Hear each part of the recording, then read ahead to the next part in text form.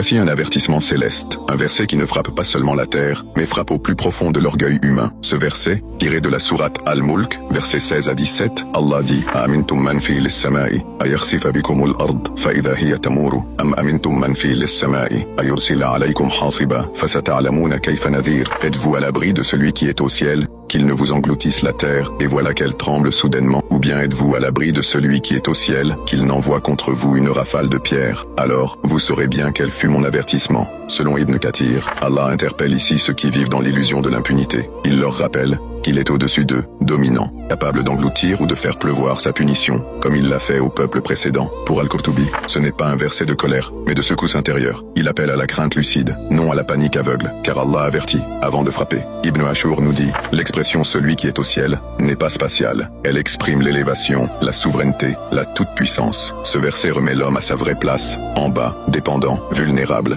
Il y a dans ces versets une solitude divine, celle d'un Seigneur qui voit ses créatures vivre comme s'il ne les voyait pas.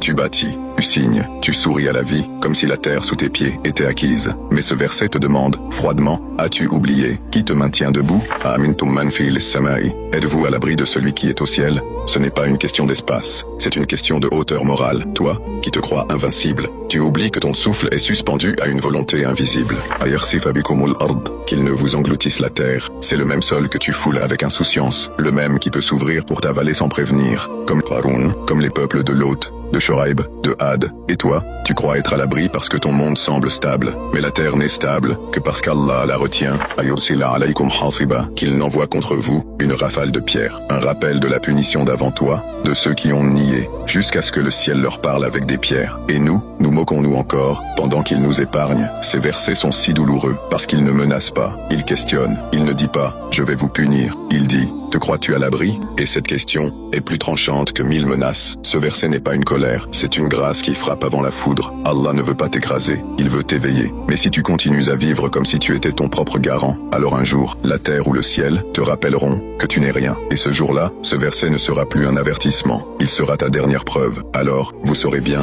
quel fut mon avertissement. Qu'Allah fasse que tes prières soient exaucées et que ton chemin soit guidé. Tape Amin en commentaire.